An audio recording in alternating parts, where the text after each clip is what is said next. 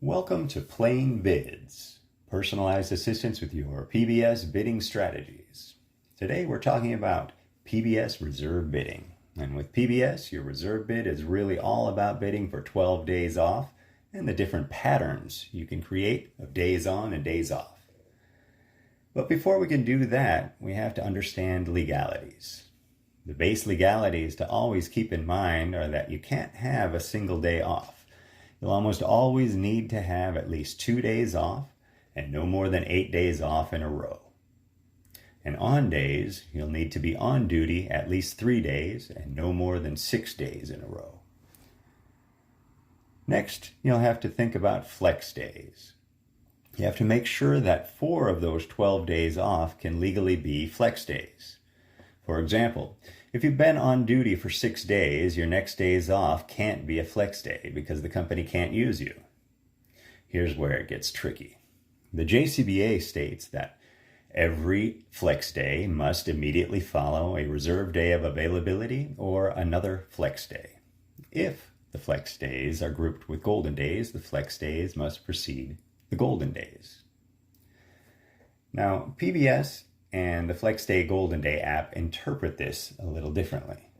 The Flex Day Golden Day app comes into play after your PBS award, and it will require you to have a Golden Day after any Flex Days. But for PBS, the if is important and literal. If you have 5 days on followed by 2 days off, the first off day could be a Flex Day, but the second would be a Golden Day because of the 6-day legality. But you could also have 3 days on followed by 2 days off, and PBS would allow both of those off days to be flex days because they are within the 6-day legality. The Flex Day Golden Day app wouldn't allow this, but since it comes into play after you've been awarded by PBS, that's just tough cookie. And this can work in your favor. On to some recent changes.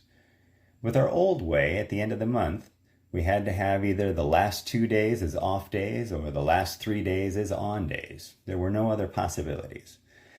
This is because the system was designed to keep all of those 3 to 6 day on legalities within the bid month. Now, however, PBS allows those legalities to span into the next month, whether or not you will be reserved that next month. So you can now have 1 to 2 days on at the end of the month. Keep in mind, though, that if you do another month of reserve, the beginning of the month will honor the 3 to 6 day legalities when awarding that next month. Let's talk about reserve and vacation. If you're bidding down to reserve and want it to serve as your reserve rotation month, you can't have more than 3 days of vacation in that month. You'll still get the full 12 days off if you have 6 or less days of vacation during the reserve month.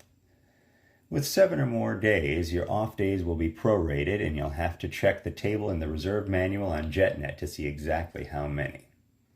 But here's an example. Let's say you have 7 days of vacation in October. October is a 31-day bid month. 31 minus 7 gives you 24 days. You'll be available to the company for 24 days.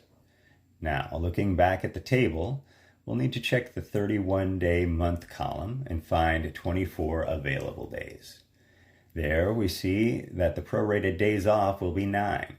And out of those 9 days, 3 will have to be flex days and 6 will be golden days.